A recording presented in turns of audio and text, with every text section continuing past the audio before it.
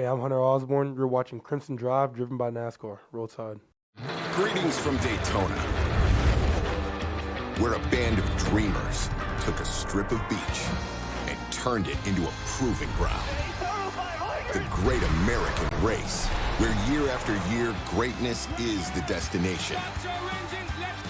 So book your experience and soak in 500 miles of history and tradition. Once you arrive, you'll never look back. Secure your seats now at Daytona500.com. Roll Tide and welcome to this Tuesday edition of Crimson Drive, driven by NASCAR. This is Roger Hoover. Great to be with you from our studios in Tuscaloosa as we look back to the win against South Carolina for Crimson Tide football and look ahead to the third Saturday in October against Tennessee. We'll start our show thanks to our friends at RJ Young. RJ Young is the official technology solutions provider of Crimson Drive. They've given us a smart board to go through everything in a very interactive way on the show today. First things first, we'll talk with a member of the Crimson Tide football team, Hunter Osborne, for a one-on-one conversation. We'll be joined later in the week by Alabama tight end Josh Cuevas. We'll take a look back to the win against South Carolina with our booth cam highlights from the Yay Alabama booth cam from the thrilling win against the Gamecocks. Then we'll check in with the voice of the Crimson Tide, Chris Stewart, get his thoughts not just on Alabama football, but Alabama basketball as well as they get ready for an exhibition game this week. Darien Schaefer will join us from Visit Pensacola. They are the, of course, sponsor for the Tennessee game on the radio coming up for this Saturday. So we'll talk some Pensacola, some great travel options, not only during football season, but year-round in beautiful Pensacola, Florida. Then we'll take a look back to last night's edition of Crimson Tide Rewind from Baumhower's in Vestavia Hills, as you'll hear thoughts on Alabama USC and Alabama Tennessee from Corey Reamer. Speaking of the Crimson Tide football team, again, that win against the Gamecocks, 27-25. Yes, it came down to the wire, but good to see Alabama get, once again, a game-saving interception, this time by Damani Jackson on the very last play of the game to seal that win against Carolina. With that victory, the Crimson Tide improving to 2-1 in SEC play, and that's still a pretty good spot to be in despite that Vanderbilt loss when you consider only 3 teams are undefeated so far in conference action. That's Texas, Texas A&M, and to this point, LSU as well. Another opportunity for a huge win coming up on Saturday against the 11th-ranked Tennessee Volunteers. After they've already had a loss of their own this year at Arkansas, they were able to pull out an overtime victory against Florida this past week. Kickoff from Neyland Stadium set for 2:30 Central. Our airtime all across the network will be 11:30 a.m. for the third Saturday in October, the Tide and the Volunteers. Speaking of basketball, it is coming, folks. We are 3 weeks away from the season opener, but last Friday was really the unofficial start to the season at Coleman Coliseum. They had a great crowd on hand for not just the Final Four banner raising, but players receiving their Final Four rings, and then we saw the slam dunk competition, three-point shooting contest as well. As the scrimmage, as Chris Stewart will talk about, not everybody was healthy and available for that scrimmage, but the players that did play looked pretty good. A good sign for Alabama under the head coach Nate Oates getting ready for this upcoming season. As I mentioned this Friday, Boutwell Auditorium will be the location in downtown Birmingham for Alabama against Wake Forest in a charity exhibition game on Friday night. This week, it's going to be busy in Birmingham as well with SEC Media Days at the Grand Bohemian Hotel in Mountain Brook, so we look forward to having coverage for you as we'll get some interviews recorded this week that we will have air coming up in a couple weeks for a basketball-only edition of the show during Alabama football's final bye week of the season, but we will have full coverage from SEC Media Days. Richard Hendricks is putting on the suit. He is ready to go. You know it from Mountain Brook coming up over the next couple days. It is always Richard Hendricks time for us here on Crimson Drive, and that's no exception this week. Women's basketball, they will have an event of their own, kind of similar to what the men had this past Friday. They will have Hoops on the Loop just outside of Saban Field at Bryant-Denny Stadium. That will be the night before Alabama plays football against Missouri, so keep that in mind. A really cool event coming up right after the homecoming pep rally and bonfire. Keep that in mind. Women's basketball will have very fun events. Hoops on the Loop coming up on Friday, October 25th. Speaking of fun, how about soccer? Last night was a lot of fun, beating Texas A&M 1-0 the final score as Gianna Paul scored Alabama's only goal, and now she leads the way in the Southeastern Conference with 10 goals on the season. First player to double digits in SEC soccer, so a great result for Alabama, really needing that after the 5 ties and 1 loss in conference play. 3 critical points in the standings for Alabama. Coming up this Friday, taking on a talented South Carolina team at 6 p.m. before the Crimson Tide will have only only 2 matches left in the regular season after that. The next week against Florida, that will be the home finale on Thursday, October 24th, and then wrapping up the regular season on the next Sunday at Vanderbilt. Meanwhile, the volleyball team, tough weekend on the road, falling to Missouri on Friday and then Arkansas on Sunday, but a quick turnaround for the Crimson Tide this week, home against rival Auburn at 6 p.m. Hopefully everyone can make it to Foster Auditorium for that. Hopefully for the football game against the Missouri Tigers, everyone will make it to Vector Security Champions Lane for our next concert series. First of all, Smith Distillery will be performing, and we still don't have the official game time yet for the Crimson Tide and the Tigers, so that'll determine when not only Smith Distillery plays, but Easton Corbin plays as well. 20 years of great hits and the country charts from Easton Corbin, so he will provide a great show coming up. Vector Security Champions Lane. We had a lot of fun with our friend Jake Matthew this past week, getting ready for Alabama against South Carolina, but make sure you join us, Vector Security Champions Lane. More details coming up on that next week when we preview Alabama against the Missouri Tigers. This week, we're certainly focused on Alabama taking on not only Tennessee, but looking back as well into the South Carolina win, and one of the newcomers to this Crimson Tide roster joins us now, Hunter Osborne, as he joins us as one of our 2 one-on-one conversations with Crimson Tide football players this week. Roll Tide and welcome back to Crimson Drive, driven by NASCAR. This is Roger Hoover back with you at Bryant-Denny Stadium. We're inside our podcast studio at the Advantage Center, and we're joined by Alabama defensive lineman Hunter Osborne as we get ready for Alabama against Tennessee. And Hunter, Roll Tide, man. How's the season going for you? Roll Tide is going good, day by day, getting better, working to become 1-0, so I'm excited. Yeah, has that really been the mentality, that 1-0 mindset? I mean, you guys have talked before, whether it was Coach Saban with the process, now Coach DeBoer with this 1-0 mindset. How much have you guys been reminded of that the last few weeks? We harp on it, I would say, a good amount.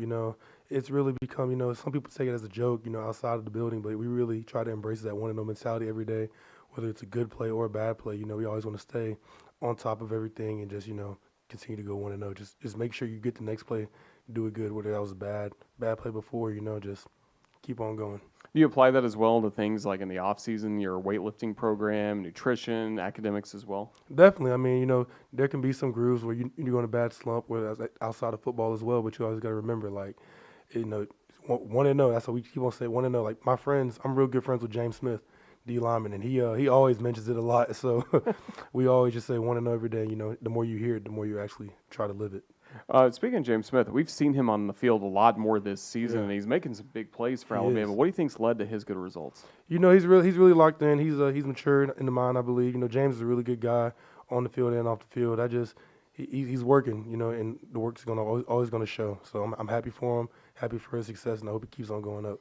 And really that whole position group, defensive line right now, making a lot of plays, getting in the backfield. I mean, how much fun are you guys having playing this season? We're having a lot of fun. I mean, we always, are continuing to push ourselves.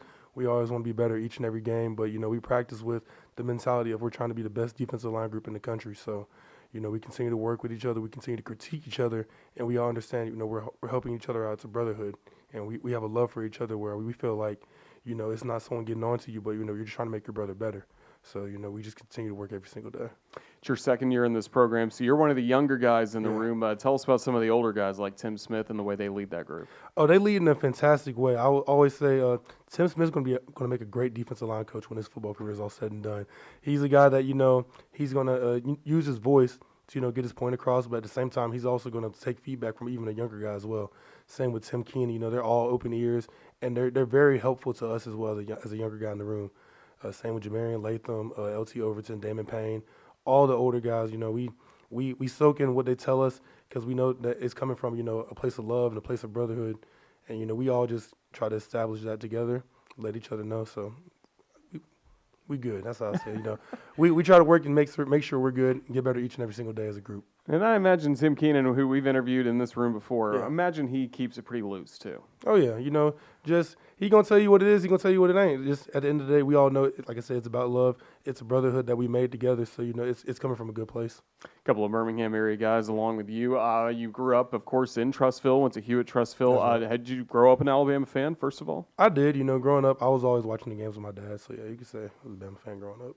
That's pretty good. And when did football become your main sport? My main sport, I would say my freshman year of high school. That's when I put down basketball.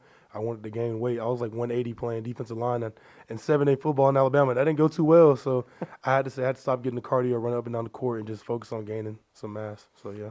Gaining some mass, a lot of time in the weight room, a lot of time changing up your nutrition, I bet, too, right? Absolutely.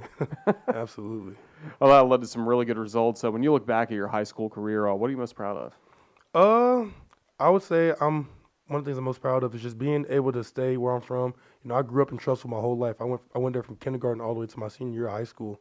So being able to accomplish some of the things that I was able to do with my best friends that I grew up with in my home city, that's probably the thing I'm most proud of. And you got to be proud, too, that you went to Hewitt-Trussville, a high school that has so many resources, whether it's the stadium or the locker room you guys had. I mean, a lot of things are at basically a college level, even though it's still just a high school, a very large high school. We were very blessed and fortunate to have the things that we did have. I will say that. And, all the, like you said, the resources that we had, whether that's coaches or that's the training staff we had, even the counselors we had at school, they all played a big role in my position to help me get where I am today. When did you start hearing from a lot of colleges about where they wanted you to go? I started hearing a lot from different schools. I would say the spring of my sophomore year, so going into my junior season. That's when it really started to pick up. And then did you go to a lot of camps right after that summer? Well, that was the time when COVID was still big, and so it was kind of hard to get to those camps. But I went around, the places where it was kind of close, not too far, not too crazy. I know I went to Alabama, of course, went to Georgia, Florida State. Those were like the main, like just down in the South, really. Did you get to know a lot of players during that time that you eventually see again on recruiting trips or now maybe even teammates with here at Alabama? Oh, yeah. I saw a bunch of guys that, we really began to, see each other a lot and embrace on each other. And that's how we became really good friends, especially in my class. So a bunch of the guys from the Birmingham area, we would all go to the same camps, and then we just became cool with each other. And then, of course, you're recruited by Alabama. How special was that, especially your official visit, getting to know Coach Saban, things like that? It was surreal for me, to be honest with you. Growing up as a fan, it was one of those moments that I'll cherish for the rest of my life. And I'm blessed to have the opportunity to be able to come here, see the opportunities that y'all had to offer for me here. And, eventually it led to me coming here. So, I'm blessed for it. Did you get to sit down in his office and look at him across the table from all those championship rings? I did. I got to a few times. The first time I did, I was so nervous. I didn't even get to take it in. Like, when he told me he offered me, I didn't even hear him. So, like, I'm walking out, and my mom's like, she's like, congrats, son. I'm like, why? What are we saying congrats for? She's like, you just said he going to offer you. I'm like, you did? So, that's at the time when Pete Golden was still here. I was like, Coach, did y'all owe me? Like, I didn't get that right. He was like, oh, yeah, we did. I was like, oh. I was like, it happened, I was like, that was one of the crazier moments. But then going in his office multiple times after that, seeing all the rings, you see the legacy that he made here. And, he's a big part of the reason that Alabama is what it is today. And so that made it a choice for you on signing day. Did you have any other hats on the table, or were you Bama all the way? I had Alabama up there, Clemson, Tennessee, and Texas. Those are my finalists. Okay. How fun was signing day? It was really fun, getting to see everyone's reaction to me choosing Alabama. A lot of people thought I was going somewhere else, but there's no place like home, and I wanted to be a part of the best, and the best coming in Alabama. So it was good. It was really good. Part of that 23 class, you get to be an early enrollee in the winter of 2023. What was that like, just getting to be here for the first time now as a member of the team and seeing all the hard work it takes to be an Alabama football player? It's something I won't take for granted, because getting this opportunity to get in the weight room early, get my nutrition started, because I was a smaller guy coming in for a D lineman. So that was one of the things that where I was talking to my other friends who didn't get to go early. It was just like that was a big factor in my college process. And it's something that not a lot of people harp on, but it's really important to come in early if you have the opportunity to. Just getting to see the guys around you, getting the playbook early, getting to see how some of the older guys, how they learn, how they train, how they work, and you can, start, try to get those habits as well. And that was one of the big reasons. It was really good. And then on the field as well, this past year as a freshman, what was your main role for this team? My main role, if I'm being honest with you, I didn't have a role on the field. It was more of a listen, soak in role, but I would say I'm a pretty smart guy. I can look at what's going on the field. I can come back with some good feedback. So my main role this past year was, as a freshman, just, hey, tell the older guys who are out there on the field, hey, this is going on. Maybe you should do this. Hey, this is going on. Try this and that, blah, blah, blah. It was just one of those things. And they listened to me. And sometimes I came back with some good information that helped us win games as a D-line. How much has it helped you this year? It's helped a lot. Being able to see that and still apply it to the same guys we have here who are playing today, it's big. And we all, as a group, we all harp to each other and we tell each other, hey, this is going on. Be alert for this, be ready for that, and we all use it to help us out. And for you, you got to be part of the final team led by Coach Saban, the first team led by Kalen DeBoer. When you look back to last January, what kind of whirlwind was that, getting the news from Coach Saban on Wednesday and then meeting your new coach on Friday? So the funny thing is, going into that day when Coach Saban retired, my high school coach, I don't know how he knew, but he texted me. He was like, one of these fan sites said Saban's retiring. And you hear anything about that? I'm like, nah. I'm like, I ain't heard nothing about that. So we go into the meeting, and he starts talking, and then I can feel my hands starting to get sweaty and sweat dripping down my face. I'm like, it's about to happen. And excuse me, he came out there with the news that he was retiring, but ultimately this is the place that I wanted to be. It was a hard, hard for me to take in. Like, I could not believe it, honestly, just like everyone else. But at the end of the day, I said, I'm not just going to jump ship. I'm going to see who we can try and get within these next few days, because this is still Alabama at the end of the day. We're still the standard. And then we ended up bringing Coach DeBoer in, great guy. I'm blessed, and I'm so glad that I took the time to get to know him and, get the opportunity to still play for him. What stood out to you when you met him the first time? I would say his demeanor with us. He was very, very cool, calm, and collected. Obviously, he's coming into a new room. He's just coming off the championship game with Washington. So, we know who he is. He knows who we are. But he came in. He was just like, hey guys, I know I got to earn y'all's trust. I know I'm new here. I'm not from down here. But if you just give me time, we'll be all right. And that's turned out to be true. How much did it help having Coach Roach stay on from Coach Saban's staff over to this staff? That helped a lot. Coach Roach he's a great dude. I know he's a Bama guy. Everyone around here knows who Freddie Roach is. So for him to stay and keep his position as a D-line coach for me, it basically, it felt the same. We still have the same interactions, same meeting room, same everything. We just work, and Coach Roach knows that, whoever's that head coach, he's going to continue to help us be the best position group that we can be. So it was good to have him stay. How do you see him lead your defensive line position kind of as a whole, and how good is he on one-on-one opportunities when you get to work with him? As a whole, he's a really good coach. We all listen in and feed into what he has to say. He knows how to get us going. He knows how to read each and every single one of us, where if one of us is having a bad day, he's able to tell before anyone else is. So he gets on top of it, before, it starts to affect our practice. And then as a one-on-one coach, he's a great coach. He's helped me critique a lot of my technique since I first came in, and I would say it's like day and night since from when I first came into the program to where I'm at now. So I have no one to credit but him for that. It's allowed you to get off to a good start this season. I believe you saw the field against Western Kentucky week 1. Yes, sir, I did. How special was it that first time? It was one of those moments where it was like, wow, it's starting to come to light. And being out there on the field was a surreal moment. Just, playing in front of the fans at Bryant-Denny, always watching the games as a kid. It was kind of crazy just to be out there for yourself. Did you have the family there for that one? I did. They were all out there. They were there for that one. That's pretty special. How much does that motivate you to get on the field more? It motivates me a lot. At the end of the day, you come here, come win championships, and you want to I want to be a legacy guy at the end of the day when it's all said and done. I'm from here. This is where my family grew up watching the games. This is where my whole family's from. I want to, make my family proud. And at the end of the day, seeing that field that one time, it was just like, okay, I can do this. I got to keep on working, keep on striving to be better and better each and every single day so I can get more and more opportunities to get on the field. And that's what this team is working on as well as you get ready for this week against Tennessee and everything that's coming up in the second half of the schedule. What do you feel like this defense is capable of moving forward? We're capable of everything that we put our minds to. We work hard day in and day out, to perfect or critique our techniques and get better each and every single day. So, we just got to keep on working and keep on playing to put ourselves in the best position possible so where we can go out and make plays and be a dominant defense like we all know we can be. We certainly look forward to that. What can you tell us about your life away from football? What are you studying in school? Kind of what would you see for yourself down the road after football's done? I'm currently a sport management major here, and so outside of ball, I really like just to spend time alone, really, or with my friends. I'll take that back, and then I love talking to my family. That's one of my things, and I keep up with my friends and family from high school, and we talk almost every day, I would say. And after ball, I want to be a coach. Like I've told Coach DeBoer this, I've told Coach Roach this. I want to get into college coaching, maybe recruiting, but all that area is really fun to me. So, getting around the game, staying around it for the rest of my life. I imagine there's a lot of things you picked up on from Coach DeBoer, Coach Saban as well. You're going to keep in the back of your mind, right? Always, got to have it in there. Well, that's awesome. Well, Hunter Osborne, we've really enjoyed getting to know you better here on the Crimson Tide Sports Network. Can't wait to see you back on the field again. Just thank you for all the time you've given us. Roll Tide. Roll Tide. Thank y'all. Experience racing like never before. From the sandy beaches of Daytona to the high banks of one of the most exciting super speedways on the NASCAR circuit. Don't miss out as NASCAR kicks off the 2025 season with the Daytona 500 on February 16th, 2025. Witness history in the making and purchase your tickets today at DaytonaInternationalSpeedway.com. Appreciate the time of Hunter Osborne this week. Don't forget we'll have Josh Cuevas, Alabama tight end, joining us coming up on our Thursday edition of Crimson Drive, driven by NASCAR.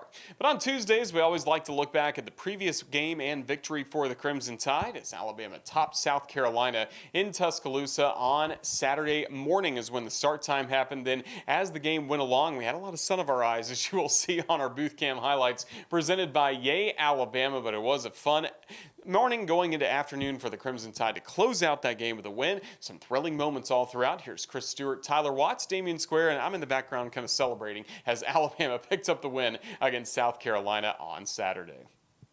Alex Herrera kicking things off for South Carolina from the north end to the south as this one will sail into and through the back of the end zone and now leaves an empty set as Milroe will look across the middle. Catch is made. Bernard makes one man miss. A second. 45-50. Stays on his feet. 45-40 down the left sideline. Bumped out of bounds.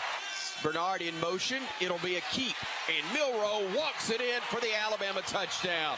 That is his 10th rushing touchdown of the year. It's one of Alabama's favorite running routes down inside the 5-yard line. Basically a triple option where you have the jet sweep motion, you have the running back going up the middle, and it's your quarterback Milroe, either on the edge or up the middle.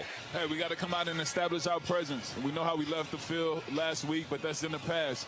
These guys are going to come out here and show us a few looks that we probably haven't seen, probably make the defense adjust on the run. These guys got to communicate. Some crazy things might happen on this first drive, but they got to find a way to get these guys off the field with no points. Quarterback draw, and he's going to be stacked up, and he is going to be brought down.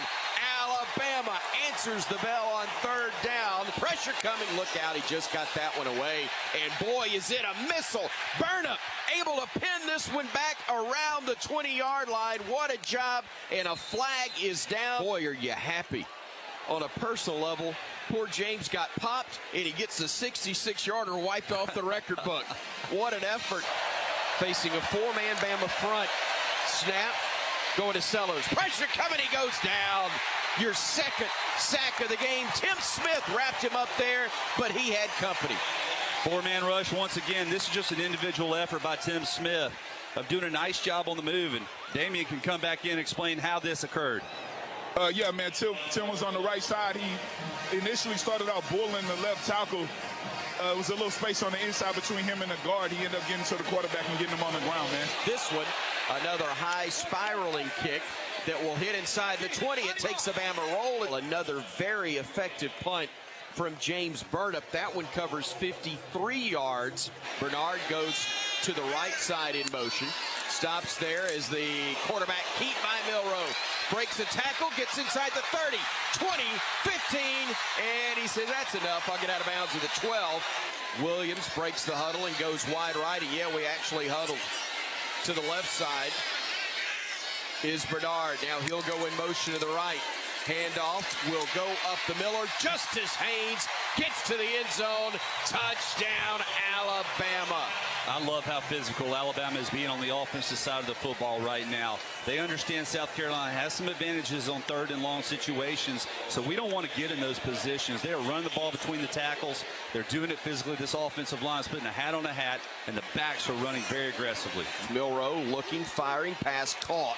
Great grab for a gain of about 7 or 8. Staying on his feet, heading downfield, Adams. He gets bumped out of bounds. That was one heck of an effort. But, hey, it's a great opportunity to play Alabama style of football here in the fourth quarter. Figure out how to get on the board here and get a lead and keep a lead, man. Cox will lose the football. It's on the deck. Scramble for it. Who's got it? It is who? It's Bama ball. A takeaway. LT Overton. Bama gets a gift. First and goal from the Carolina 7 now. Bernard in motion. Quarterback keep to the right side. Milroe 5-4. 3-2-1 touchdown. Jalen Milroe with blocks from Jaden Roberts and Parker Brailsfield.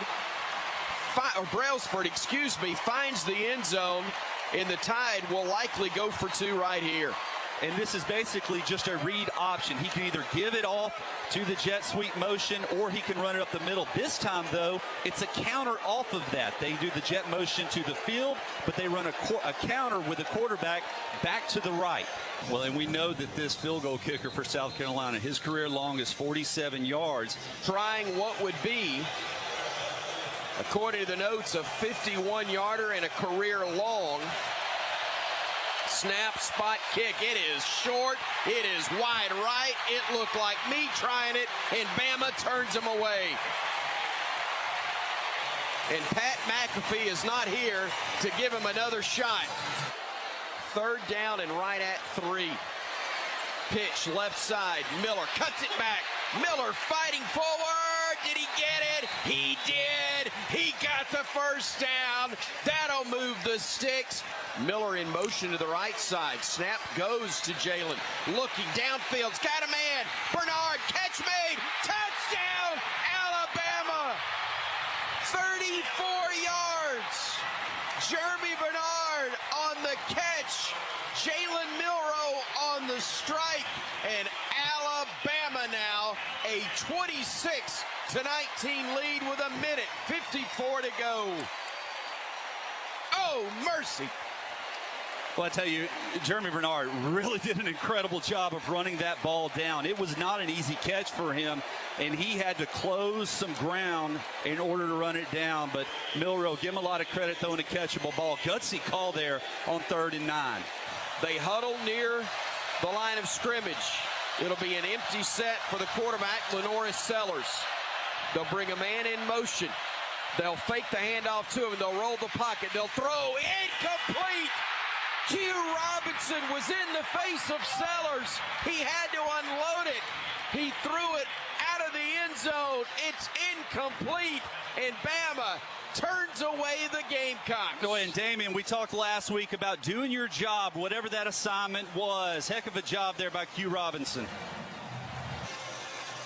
At the Alabama 49-yard line. The defense called on once again. So here we go. No timeouts. Bama clinging to a 27-25 lead. 2-point advantage. Snap. Sellers looking, firing it deep downfield. Safety is there. Jackson intercepts it, takes a knee. Get down. Actually, he's going to run it out of the end zone, so it wouldn't be a touchback or a safety. The clock has hit 0. Jackson slides down, and for the love, let's get out of here. Alabama escapes with a 27-25 lead over South Carolina. It was lethal. It was dangerous. At times it was ugly as newborn sin, but it was a victory when the clock hit 0 and Alabama hangs on for the 27-25 victory. Greetings from Daytona, where year after year, greatness is the destination.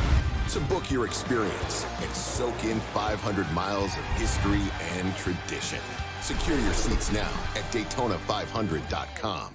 The man you just heard making all those touchdowns and interception calls for us here on the network, the voice of the Crimson Tide, Chris Stewart, joins us each and every Tuesday to give us his thoughts on Alabama football. And once again, we get to talk more basketball with Chris as we get closer to the start of the 2024-2025 season. Here's our conversation with the voice of the Tide, Chris Stewart. Chris, roll Tide. It's the 3rd week in October. Let's go. The 3rd Saturday in October has a tendency to make what's happened in the first few weeks kind of escape from the memory for a little while. And while 2 weeks ago, obviously, or I guess fully a week ago now, was less than ideal, and Saturday wasn't perfect, at least we're coming back into this game off the taste of victory and can focus on what's truly one of the most special rivalries in all of college football. It really is. And just looking back for a moment to that South Carolina game, got up 14-0. Things changed a little bit right before halftime in the 3rd quarter, but still for Kalen DeBoer and this football team to find a way to win the ball game has to be a huge takeaway from what we saw Saturday. Yeah, and obviously a lot to clean up. And having talked with Coach for both radio and doing his TV show right after the game, that's obviously on his mind. The end of game, as well as middle of the middle eight, as he always refers to it as, the final four of the first half, the first four of the second, didn't go the way we wanted to see them go from Alabama's perspective, and just kind of bizarre at the end of that first half, everything that transpired, and had to come up with another interception in the end zone or real close to it, in order to preserve a win, but got it done. And that's the thing. I just think this day and age of college football, Roger, is very, very different. I'm not sure that there is a dominant team right now in college football. Texas has looked to the moment as though they could fit that description, but we'll know a lot more after they play Georgia, what that actually looks like. Obviously, we've seen Georgia, both the really, really good things and the flaws, the same with Alabama, the same with virtually everybody. I'm not sold on Penn State, being a great elite team right now either. There are a bunch of really good ones. And this may be the best year that you could have possibly had for a first year of the playoff once we get there, because there's going to be a lot of parity, I think. But that all being said, you got to take care of business, and this is a big ball game Saturday for both Alabama and Tennessee. And you're right, for Alabama coming off of that win against South Carolina, where there were a lot of warts in that one, after what I thought was the start they had to have. So efficient, so productive, 4 minutes touchdown, and really the first 26 minutes of the first half were very, very good on the defensive side. And then some things that the offense created to put the defense in a tough spot, but also some miscues on the defensive side allow that to become a much tighter game than any of us wanted to see, but still made the plays at the end to get the victory. Still got the victory, so a solid Saturday with that in mind from this past week against South Carolina. And like you said, now we move on to Alabama against Tennessee. Just when you hear third Saturday in October, what immediately comes to mind? I'm going to go the positive and the nice stuff. When you start to make that drive for me, and you're coming from the Birmingham area, as I've always done, to go up there, to see the colors this time of year, and it'll start to be beautiful as you move up into the northern part of the state of Alabama and into Tennessee, and all the scenery. That is something that is always special. On a personal note, my daughter was born on October 20th. She got me out of having to make a trip to Knoxville during that stretch where things weren't going very well for Alabama in the early 2000s, because she showed up about 5 weeks early. So always grateful to her for that. So there's a lot of meaning there. But from the true rivalry and the game standpoint, you think of the legendary coaches on both sides, the games that have been, some very dramatic, some have been, especially on the Alabama side in the last 20 years, have been very enjoyable blowouts in front of the Tennessee faithful, or faithful for three and a half quarters, and then they lost faith and left. And I said it several times on air, and thankfully I've had a chance to say it several times. Football and basketball, there's no sight quite so lovely as orange leaving a building early, if you're an Alabama fan, and we've seen that in some times. I will be shocked if this is not a down to the wire ball game, which we had obviously the last time we were in Knoxville, and that was gut wrenching, and the utter collapse that took place defensively at the end of that ball game, and the fact that, you couldn't put that thing away the way you should have. And then to see Tennessee, drive as they did on just a couple of busted coverages by Alabama, great plays by them, to win it in the dramatic fashion that they did. That's something. It's the only win they've had in the last, 17 years, I guess, 17 years in the rivalry. And yet it's still thoroughly disgusting, and it gnaws at you, and you don't want to experience that again. So it's amazing. It is utterly amazing. I experienced it 2 years ago. I went from thinking that, for so long, cigar smell was the greatest smell in the world to going, ugh, this is disgusting. So it's all on whether you're enjoying it or having to experience it that I think determines your disdain or utter enjoyment of the aroma. But hopefully we're lighting them up and enjoying ourselves when we come out of that stadium on Saturday. Well, Alabama had the last laugh last year, and I think of all the pictures you posted, everyone loved the Final Four stuff, things you've done around Alabama football. But the picture of you lighting up last year in the Crimson Tide Sports Marketing Suite probably got you the most engagement and likes you had on social media a year ago. Wasn't the intent. Somebody just said, "Hey, we want your picture," and that was kind of the cool thing about last year. I had no in-game assignments for the home game, so I could just be a fan, and I was, and thoroughly enjoyed it. And then getting to do the TV show with Coach Saban afterward was a lot of fun as well. But the phrase is true: to the victor go the spoils, and part of the spoil is getting to light one up in this rivalry, a tradition that goes back 60 plus years of doing that. It's part of what makes it special. And again, for a rivalry to matter, yes, you have to thoroughly enjoy it to win, but to thoroughly enjoy it really when you win means that you have to hate it when you lose. And I've said this many times, normally in a game that you feel like you should have won, but didn't, even if it's not against a rival, I've said several times, sometimes winning feels so good because, losing would have felt so bad. It doesn't matter what type of game it is, whether you're blown out, it rarely happens for Bama, but if it's blowout or a narrow victory at the end, there's nothing like winning against a team you want to beat. And, the Alabama-Auburn rivalry is obvious. That's in state. It's brother versus brother. It's that type deal. It's just different with Alabama-Tennessee. It's, it's the border deal, and you don't, I don't know, it's very different. And then the things that 20 years ago plus it involved the NCAA, there's a lot of us that don't forget and don't intend to. It's just the reality. So it became personal for a lot of Alabama fans, and 16 out of 17 is not enough. There can't be enough wins for it to be okay. We're content. There's payback.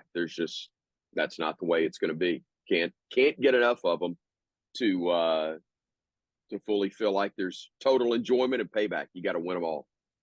It's going to be exciting to see this matchup coming up on Saturday. And before we let you go, it was certainly exciting. We previewed it last week, but we got to get your reaction to the Final Four banner raising that was held at Coleman Coliseum. And not just the championship rings, the excitement around what happened last year, but Chris, looking forward to what's coming up in just 3 weeks with the official start of the season. We got a little taste of that as well this past Friday. Roger, that to me was the part that I think is so cool, that we're celebrating something that historically had never happened with Alabama men's basketball. And yet there's maybe more excitement than there's ever been because of what lies ahead. I mean, there was another ranking, I think it was Andy Katz, who does, has followed college basketball for years. He's got Alabama number 1, and it's ahead of a very good Kansas team. And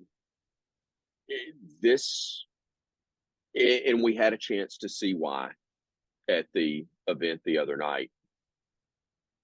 The most talented team in the preseason that Alabama basketball's ever had. And there were, what, 2-3 guys that are going to contend for starting time, if not already penciled in as starters, that didn't play, that didn't hit the floor in that game. So, man, just loaded for bear and excited about it and cannot wait to get things going. And Tide fans are actually going to have their first chance this weekend with the Bama and Boutwell event. I hate that I'm not going to be able to go and be there because I'll already be in Knoxville. But man, as a little boy, my dad took me to see the Harlem Globetrotters play at Boutwell Auditorium. And that was when, no disrespect intended now, but man, that was a big deal back then. I mean, 50 years ago, the Harlem Globetrotters with some of the most legendary names they ever had. I saw Meadowlark Lemon and Geese Osby and Curly Neal that were just phenomenal showmen. And it was back at that time, the Globetrotters for basketball fans were about as big as the NBA itself. I mean, it was an event when the Globetrotters came to town, and the BJCC wasn't built yet. So Boutwell Auditorium was the big auditorium in Birmingham, and to go there, maybe. And I was trying to think the other day, I don't know that I've set foot in that building since, and I'm going to try to get a little sneak preview from my friends at Night Edie this week before I leave town. I'd like to slip in there and see what it looks like, because I know a lot of work has been done, and that's terrific. And I think there'll be a lot of nostalgia for older Alabama fans, but it's going to be a great way to get things going. It's just an exhibition. It's really a scrimmage, but it'll be treated very much like a game for Bama fans to see the Tide against a good Wake Forest program. And then coming up, the following week, we go to Huntsville, and you see Alabama, or maybe a week and a half later, see the Tide playing in Huntsville against Memphis in another exhibition game. But a great opportunity to see the fans in a cool older building in the Von Braun Center. And I've had to program myself to say Von Braun because of the way it's spelled. We Bama folks have said Von Braun for years, but Dr. Werner Von Braun, I'm told over and over and over again by my friends in Huntsville, that's how they pronounce it. That's how he pronounced it. So regardless, whatever it is, the VBC is what we'll call it, and avoid the arguments. But excited to see that Bama team play up in Huntsville against a good Memphis squad as well. Basketball's coming. Hopefully Cigars coming up on Saturday in Knoxville. Yep. Chris, always enjoy our visits ahead of Hey Coach and the Kalen DeBoer Show on Wednesday, and obviously the football game on Saturday. Just best of luck with everything that's going on this week. Roll Tide. Thank you for your time. Thank you, buddy. Looking forward to it. Always enjoy this. Don't miss out on your chance to experience the energy and the excitement of the Great American Race. Witness history in the making and purchase your tickets today for the 2025 Daytona 500 at DaytonaInternationalSpeedway.com. Coming up this Saturday, Alabama making the road trip to Knoxville for that game against Tennessee. But maybe if you've been to Neyland Stadium enough in your life, I've got a great destination for you. Pensacola, Florida. It's the perfect place to enjoy the weekend and kind of escape for a little bit. The weather this time of the year is still absolutely perfect. We always encourage you to check out Visit Pensacola, and the CEO of Visit Pensacola, Darien Schaefer, joins us once again here on Crimson Drive, driven by NASCAR, to tell us not just about Pensacola, but the way that you can make Pensacola the perfect destination for a college football weekend. Yes, even if the game's not being played there, there are a lot of ways to enjoy Alabama Crimson Tide football away from home. No better place to do it than Pensacola, Florida, as we visit now with Darien Schaefer on Crimson Drive, driven by NASCAR. Darren, it is always great to catch up with you. This is always such a good partnership between Pensacola and Alabama athletics. Roll Tide. Yeah, Roll Tide. It's been a great partnership, and we enjoy having the Alabama faithful come down throughout the year. Absolutely. And whether fans are coming in from parts of Alabama like Tuscaloosa or Birmingham, it's so easy to get down to Pensacola and really enjoy a great weekend. I made the joke earlier that if fans have maybe gone to Tennessee once too many times, the perfect weekend to really enjoy this game is go down to Pensacola and enjoy all the beautiful beachfront property. Well, I was just going to say that is one of the things that you can't find in too many places, is that amazing white sand and blue-green water there on the Gulf Coast. No doubt about it. Not just Pensacola as well, but Perdido Key. And also, what can you tell us about some of the area beaches that are around that and the Gulf Islands National Seashore? Yeah, so we're fortunate to have over 40 miles of beaches, including Pensacola Beach and Perdido Key, a number of state parks in addition to the national park, and it really provides this amazing opportunity for both the animal and watching the wildlife. So whether it's the dolphins and sea turtles and rays, or we have an amazing bird population. So a lot of migrating birds, including, of course, our local pelicans and blue herons and ospreys. What makes Pensacola and Perdido Key just different from other Gulf Coast options that are out there?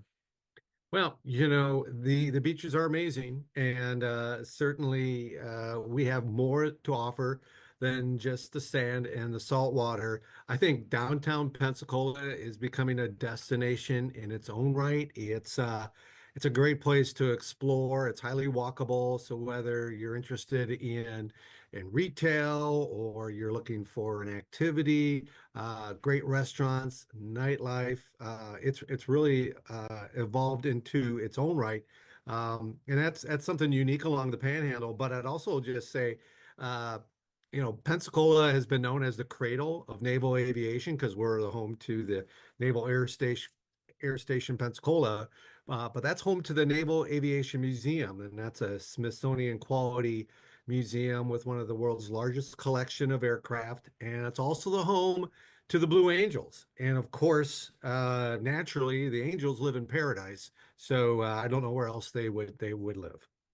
Some great history is there, as well as just the entire town and that area. Pensacola is really rich in history, and I believe it's one of the oldest cities in the country. What can you tell us about the rich history that Pensacola has for fans to offer?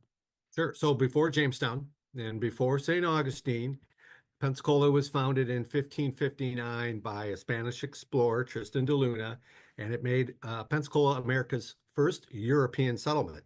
It's not necessarily the oldest. That does belong to St. Augustine, but Pensacola was first. And we've had over 5 different flags flown over Pensacola Bay.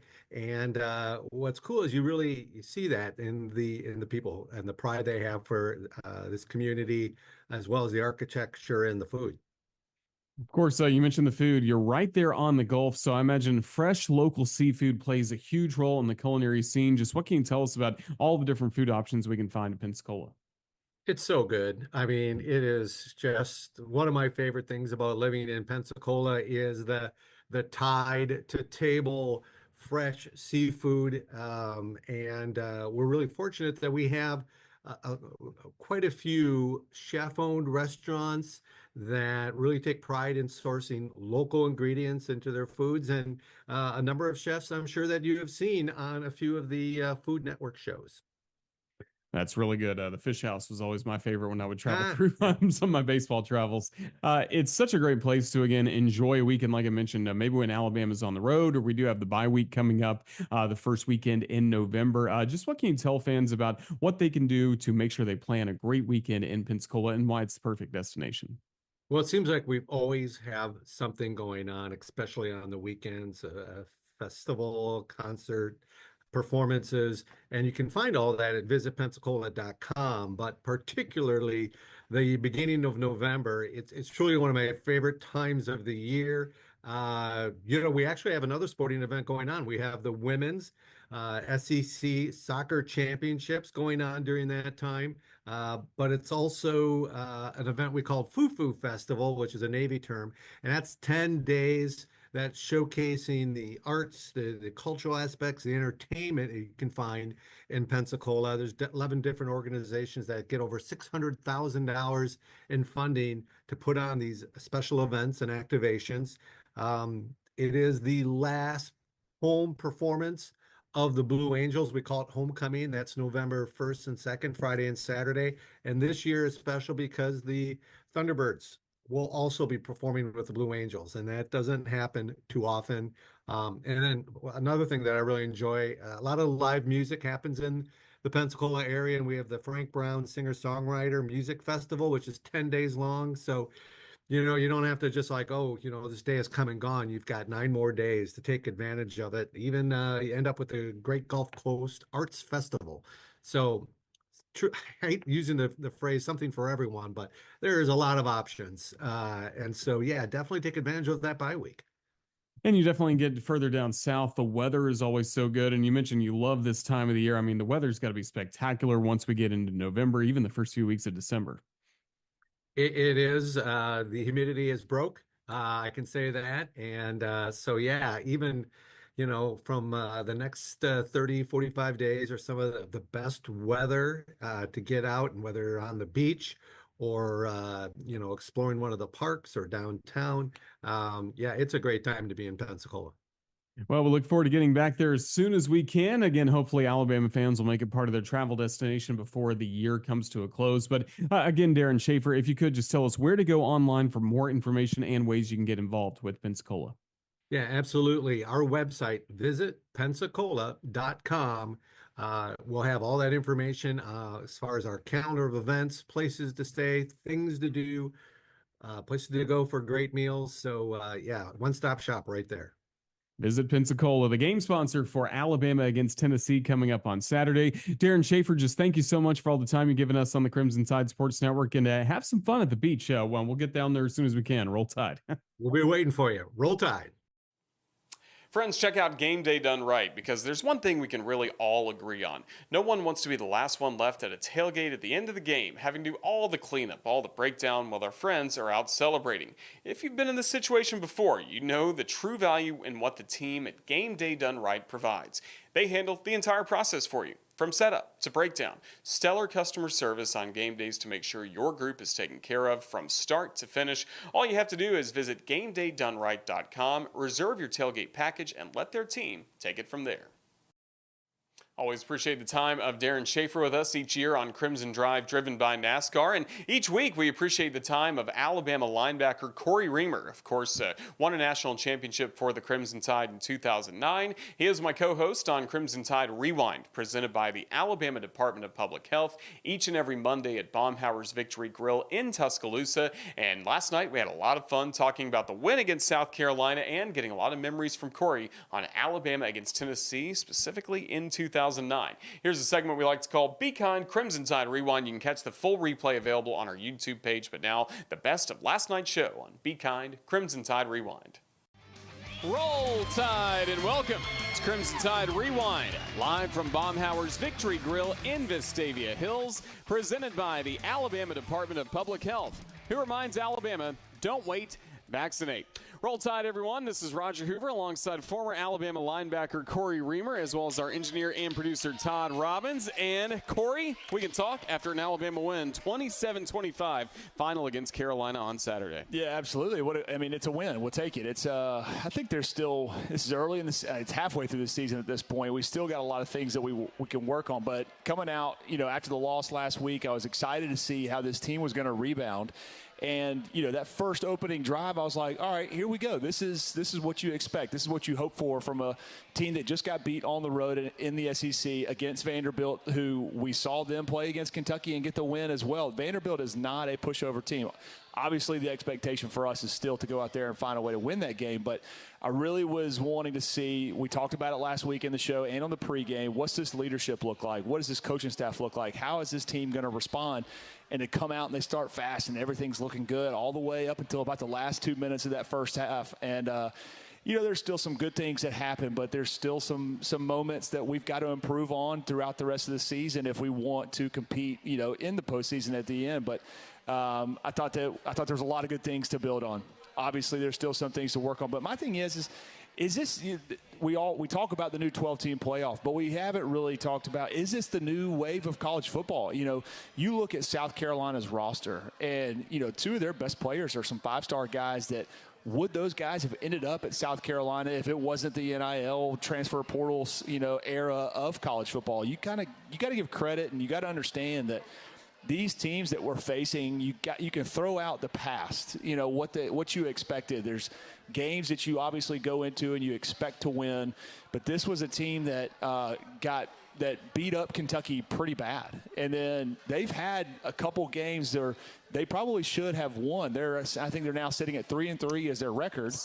And was it Ole Miss that they ended up? LSU. LSU really should have won, and really Ole Miss beat them the week before they played us. They've beat some good teams. This is a good South Carolina team, and we saw a lot of their players that are really good quality players, and they gave us every single thing that we wanted. This 11 o'clock kick thing, this new ESPN contract, I just hate it. I can't stand these 11 o'clock kicks. It's weird for us to be down there. It was hot. I was sitting there in the stands just getting beat down by the sun in the middle of October. And you want these environments in Tuscaloosa, the night games for Bryant-Denny Stadium. It's just something that you can't. It's hard to bring that same energy at 11 o'clock, but we better get used to it and the players better get used to it as well. You got to show up, be ready to go early in the morning, being the first one, because it's not going to be the last time. This is one of the premier spots for the ESPN when you're not the 6 o'clock game. So the Crimson Tide in this ball game against South Carolina able to jump out to a 14-0 lead, had that 14-0 lead at the 2-minute mark in the second quarter. From there on out, 12 points for South Carolina. How'd you see the Gamecocks close the gap right before halftime? Well, I think both teams really suffered from shoot themselves in the foot. I think that was the theme of this game. Turnovers, untimely penalties. That really is. You got a penalty on that kickoff that was a dead ball foul that puts Alabama, half the distance to the goal after we had just given up that 4th and 9 touchdown right before, with 2 minutes left to go, get the penalty, and then we're starting backed up and get the penalty in the end zone that gives them the safety. And then turn the ball over and gives them the ball with 1 second left after the interception to be able to kick that field goal. And all of a sudden you look like you're going into halftime with a 14-0 lead, and now it's 14-12, and it all just happened like a tornado. It was just crazy how fast things can turn. And that really gave South Carolina a lot of confidence going into the second half. And I think that's one thing that we as a team have got to establish and put some fear into some of our opponents, because it doesn't seem like we are, we say step on their throats when they're down. Like, take advantage of when you've got them down and out. You can really run away with ball games like we're used to seeing. And one little slip up, turnovers, whatever it is, penalties, we got to clean that up, because it really just gives the opposing team an opportunity to feel like they're in the ball game. And they turn it around with 2 minutes, and it just took that quick, 2 minutes. All of a sudden they're down 2 going into halftime, and completely changed the outcome of the game. We continue on Crimson Tide Rewind, and I want to rewind it all the way back to 2009. Parker brought it up just a little bit ago, but it's time for some Corey Reamer story time. Walk us through Rocky Block from your perspective. Man, what an ugly game. It feels like probably very fitting for if it happens this season, if it's the same way it plays out, and it comes down to the wire. You got to block a kick to win this game, but always, whenever Tennessee Hate Week comes up, you always think about when we would go into the weight room on Sundays, and it didn't matter who the strength coach was, but Cochran, Rocky Colburn, all those guys were always blaring. You had Rocky Top going as soon as you walked in the building on Sunday after the game was finished from the week before, and all you heard, it was on the loop. I mean, I imagine if those guys that had to work in the facility 24/7 were not ready to come out of their skin, we were as players when we were there as a fraction of the time as those guys were. And then Terry Jones Jr., he'd always come in there and be like, he'd ask everybody, what's your record against Tennessee? I mean, this is a game that means a lot to the Alabama alum, these guys that have played for Alabama in the years past. Everybody knows what their record was against Tennessee, but Lane Kiffin, head coach 2009, and we go out there and we just laid an absolute headsets don't work. Hey, yeah, exactly. I mean, it's just amazing. And he hadn't changed one bit. You didn't see all the antics that he's doing on the sideline. He's at Ole Miss now.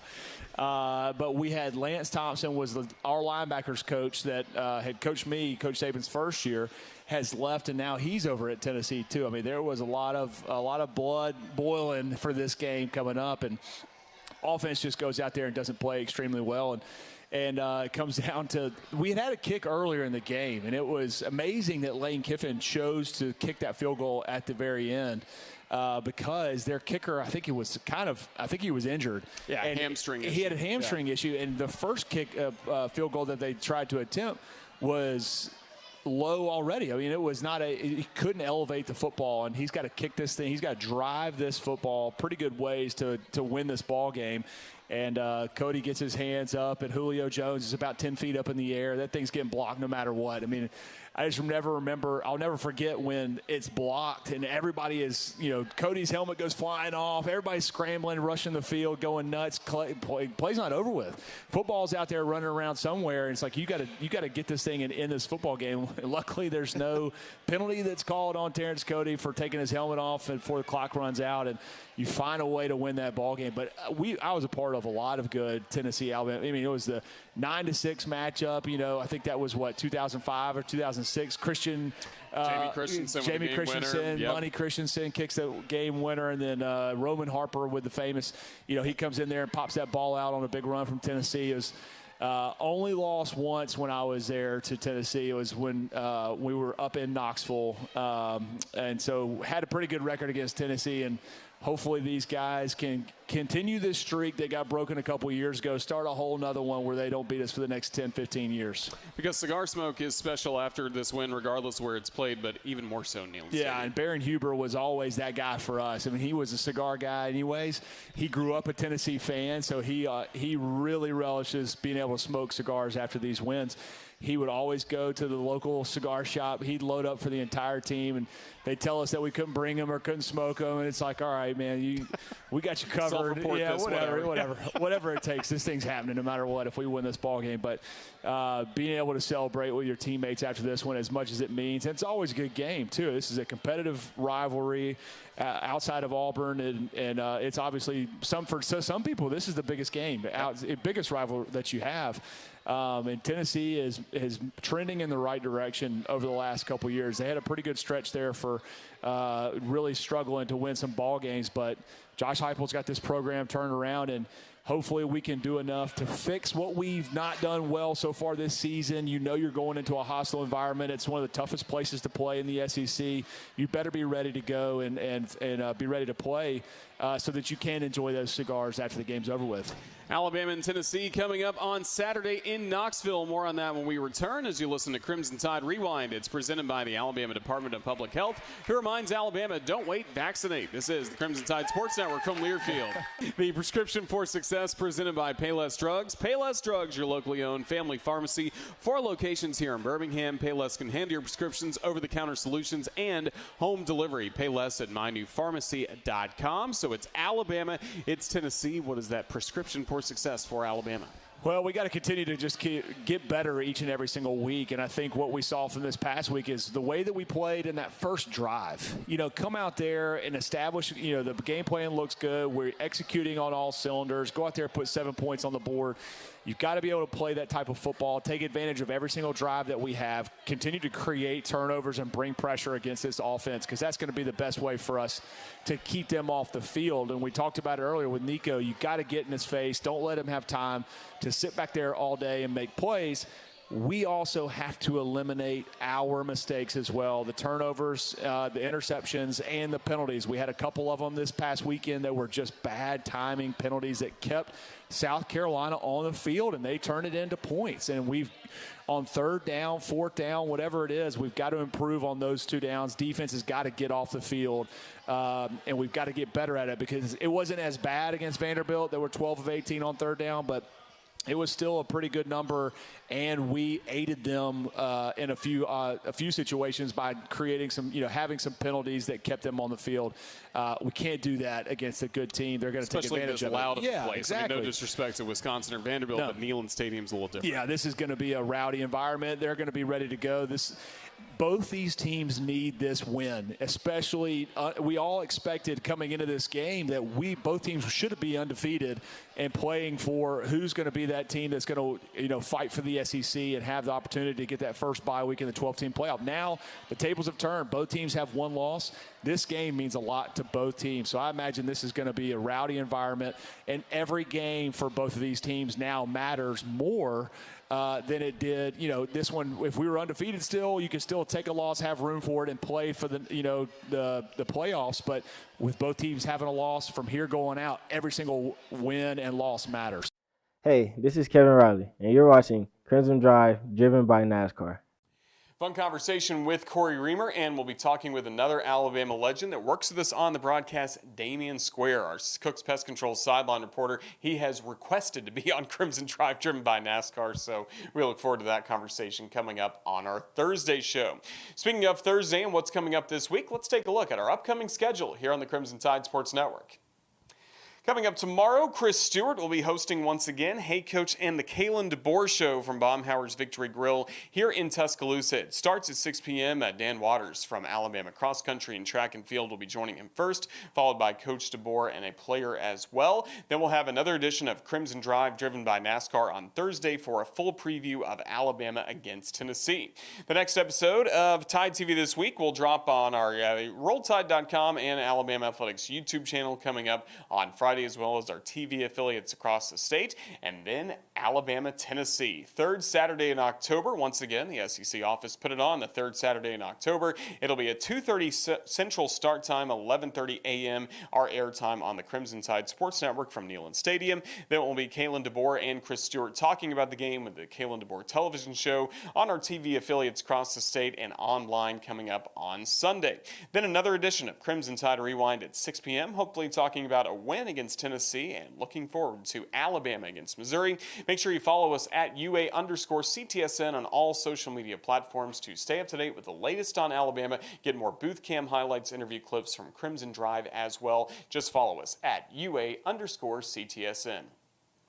That's going to do it for this Tuesday edition of Crimson Drive, driven by NASCAR. Certainly appreciate the guests we've had, Hunter Osborne, Chris Stewart, and Darren Schaefer from Visit Pensacola. Thanks to Ethan Carabin for putting the entire show together, and thanks to all of you for watching. This has been Roger Hoover with you in Tuscaloosa as we look back to the South Carolina win, still moving forward to what's coming up on Saturday in Knoxville. But it's been a fun show. Look forward to having you back with us on Thursday for Crimson Drive, driven by NASCAR. Roll Tide, everyone.